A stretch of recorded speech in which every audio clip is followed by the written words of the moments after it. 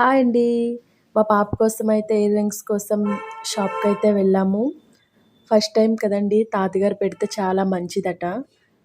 అలా అని చాలా షాపులైతే చూసాము. మా పాపకి ఫేస్‌కి సెట్ అయ్యే రింగ్స్ కోసం. ఫైనల్‌గా అయితే ఈ స్టోన్స్ అయితే తీసుకున్నాం.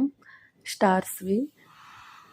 నెక్స్ట్ డే మంచి రోజు చూసుకొని అమ్మవారి దగ్గర పెట్టి ఇంకా చెవి కుట్టించడానికైతే వచ్చాము.